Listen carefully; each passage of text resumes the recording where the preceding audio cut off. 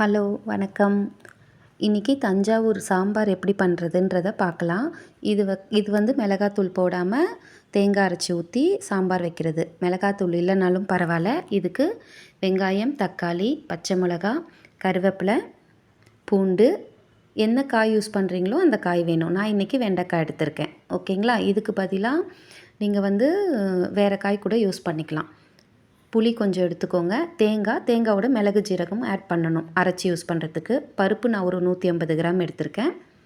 தாளிக்கிறதுக்கு கடுகு, கொஞ்சம் வெந்தயம், கொஞ்சம் சோம்பு, கொஞ்சம் ஜீரகம், ஒரு 4-5 காஞ்ச மிளகா. இதுதான் தாளிக்கிறதுக்கு தேவை. ஓகேங்களா?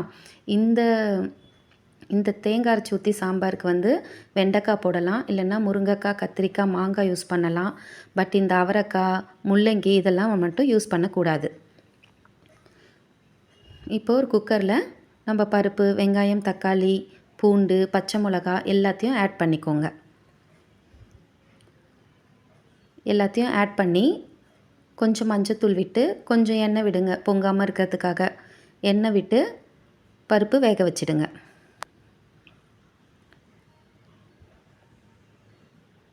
பருப்பு ஒரு 4-5 விசில் வந்தால் ஓகே. இப்போ ஒரு கடாயில் எண்ணெய் கொஞ்சம் ஊற்றி நம்ம வெண்டைக்காய் எடுத்துருக்கோம் இல்லையா? ஸோ வெண்டைக்காய் வந்து வதக்கிட்டால் தான் நல்லது. அப்படியே போட முடியாது. ஸோ கொஞ்சம் வதக்கிக்கலாம் வெண்டைக்காவை.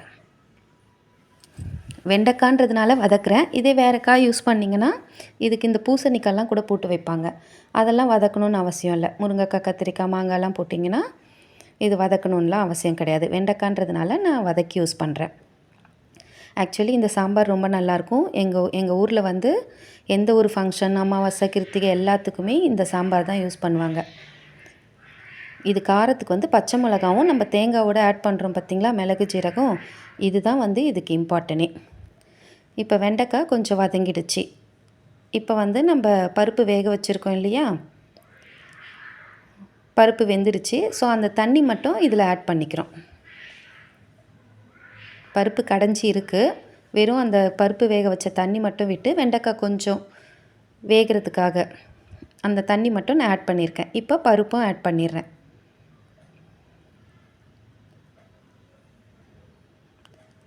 இப்போ பருப்பும் ஆட் பண்ணி பருப்பு நல்லா கொதி வரணும். பருப்பு நல்லா கொதி வர ஸ்டேஜில் நம்ம வந்து தேங்காய், மிளகு ஜீரகம் கொஞ்சம் கொஞ்சம் போட்டுக்கோங்க. மிளகு கொஞ்சம் நிறைய போடுங்க, ஜீரகம் கொஞ்சம் கம்மியாக போட்டு தேங்காய் வந்து பேஸ்ட் பண்ணி வச்சுக்கோங்க. கொஞ்சம் கொதி வரும்போது நம்ம தேங்காய் அரைச்சி வச்சுருக்க அந்த தேங்காய், மிளகு ஜீரகத்தையும் இதில் ஆட் பண்ணிக்கலாம். இதுக்கு மிளகாத்தூள் தேவையில்லை. சப்போஸ் வீட்டில் மிளகாத்தூள் இல்லாத நேரத்தில் இந்த சாம்பார் வச்சு பாருங்கள், நல்லாயிருக்கும். உப்பு தேவையான அளவு ஆட் பண்ணிக்கோங்க. இதுக்கு புளி கரைச்சி வச்சுருக்கோம் இல்லையா? புளி தண்ணியும் கொஞ்சம் ஆட் பண்ணிக்கோங்க. புளி தண்ணியும் ஆட் பண்ணி நல்லா கொதிக்கணும்.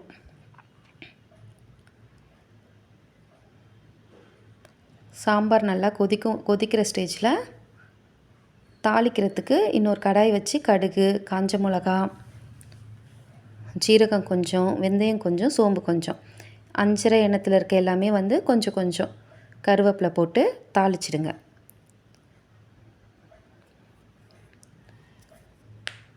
தாளித்து அதையும் இதில் ஆட் பண்ணிக்கலாம்.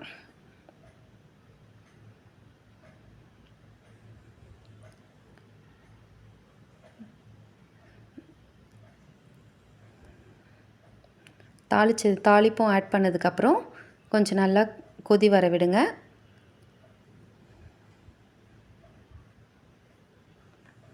அவ்வளோதாங்க, சாம்பார் ரெடி ஆகிடுச்சு. நீங்கள் இதை டேஸ்ட் பண்ணி பாருங்கள். எல்லா ஃபங்க்ஷனுக்கும் எங்கள் ஊரில் இதை தான் செய்வாங்க.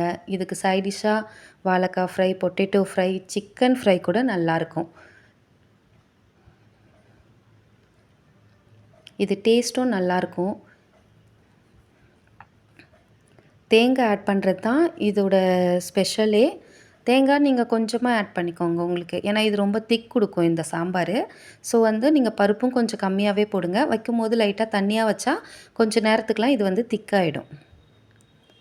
இது செம்ம டேஸ்ட்டாக இருக்குங்க இந்த சாம்பார். நீங்கள் வச்சு பாருங்கள், எப்படி இருக்குன்னு சொல்லிவிட்டு கமெண்டில் சொல்லுங்கள். சப்ஸ்கிரைப் பண்ணிக்கோங்க என்னோடய வீடியோவை.